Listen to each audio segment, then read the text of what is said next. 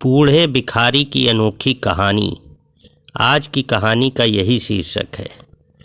हर दिन एक भिखारी दरवाजे के पास आकर भीख मांगता था और घर का मालिक, उस घर का सेठ, हमेशा घर के बाहर आते ही उसको देखकर मुंह फिरा लिया करता था।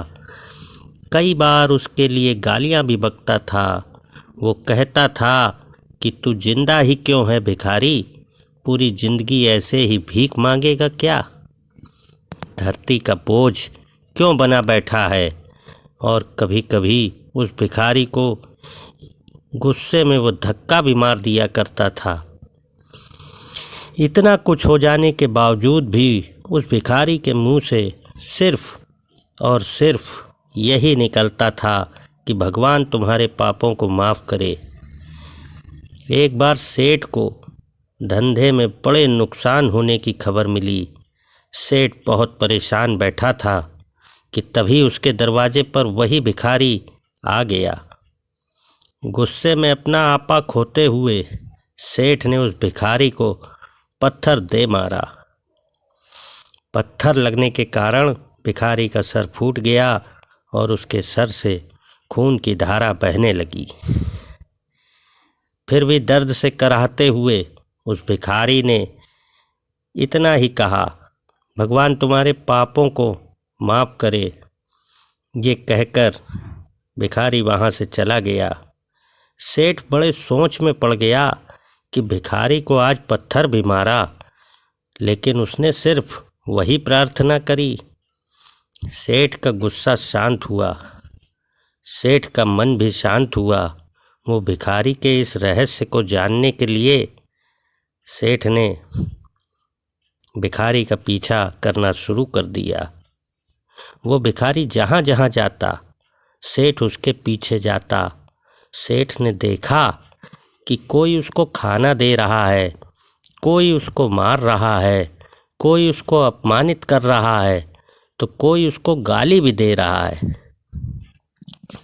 लोग भिखारी के साथ चाहे जैसा व्यवहार करते, लेकिन उस भिखारी के मुंह से सबके लिए सिर्फ एक ही प्रार्थना निकलती थी कि भगवान तुम्हारे पाप माफ़ करे। अब रात होने को आ गई थी। भिखारी अपने घर जाने के लिए लौट रहा था। वो अपने घर के पास पहुंच गया, लेकिन सेठ अभी भी उसी का पीछा कर रहा था। एक पुरानी टूटी हुई खटिया पर एक बूढ़ी सी औरत लेटी हुई थी। काफ़ी कमज़ोर और बीमार लग रही थी। वो भिखारी की पत्नी थी। वो अपने पति को वापस आता देखकर वह खाट से उठकर खड़ी हो गई। पत्नी ने अपने पति के भीख वाले कटोरे में ध्यान से देखा तो उसमें सिर्फ आधी बासी रोटी थी। उसे देखकर वह बोली, आज बस इतना ही मिला क्या? और हाँ, आपके सर से तो खून निकल रहा है, ये चोट कैसे लगी? बूढ़ा भिखारी बोला, आज बस इतना ही मिला, किसी ने कुछ दिया ही नहीं। सबने गालियाँ दीं और एक ने पत्थर भी फेंक के मारा, इसीलिए मेरा सर फट गया। एक गहरी ठंडी सांस लेकर बूढ़ा भिखारी फिर से बोला, ये मेरे ही पापों का फल है। तुम्हें याद है ना, कुछ सालों पहले हम कितने अमीर थे, क्या कुछ नहीं था हमारे पास। हमारे पास हर चीज़ ज़रूरत से ज़्यादा थी, लेकिन हमने कभी भी दान नहीं किया। और उससे भी बुरा हमने उस अंधे भिखारी के साथ किया था जो हमारे द्वार पर भीख मांगने आया करता था। बूढ़ी पत्नी के आँखों में आंसू आ गए। वह बोली, हाँ, हम उस बेचारे अंधे के साथ बहुत बुरा करते थे, उसका अपमान करते थे। उसे खाने के लिए रोटी की जगह कागज़ दे दिया करते थे, उसका मजाक उड़ाया करते थे, कभी कभी तो उसको मारा भी करते थे। मैंने कभी उसको रास्ता नहीं दिखाया।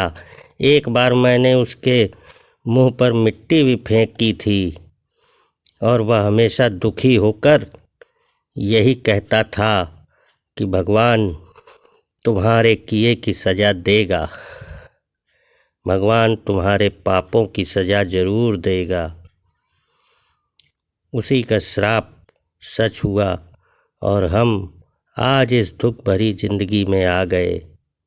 भिखारी बोला, हाँ, उसका श्राप सच हुआ, इसलिए मैं किसी को भी बद्दुआ नहीं देता। चाहे कोई मेरे साथ कैसा भी बर्ताव करे, मैं हमेशा उसके लिए प्रार्थना करता हूँ। मैं नहीं चाहता कि कोई भी हमारे जैसी ज़िंदगी का अनुभव करे, किसी को भी हमारे जैसे दुखों का सामना करना पड़े।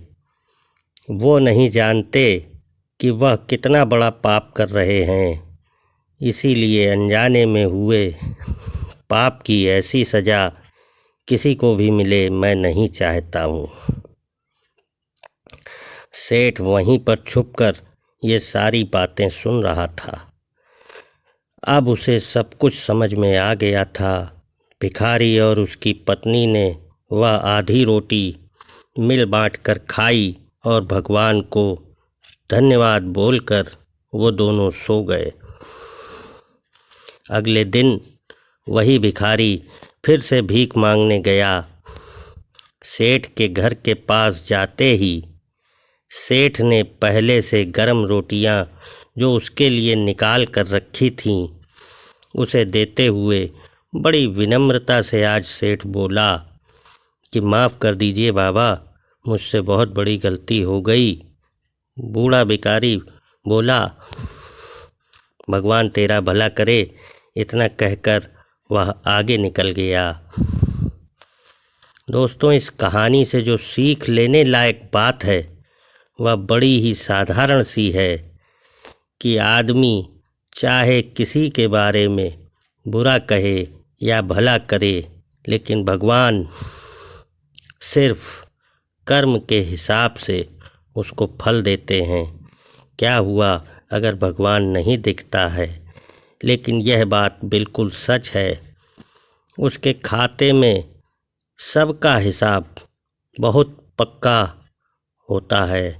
इसलिए जब किसी के लिए कुछ भी करो तो हमेशा अच्छा ही करो। इस प्रकार दोस्तों आज की हमारी ये कहानी संपन्न होती है। दोस्तों, आप सबसे मेरा निवेदन है कि अगर आपको हमारा चैनल पसंद आया हो तो हमारी इस कहानी को ज़रूर लाइक करें, चैनल को सब्सक्राइब करें और अपना एक प्यारा सा कमेंट ज़रूर करें। धन्यवाद।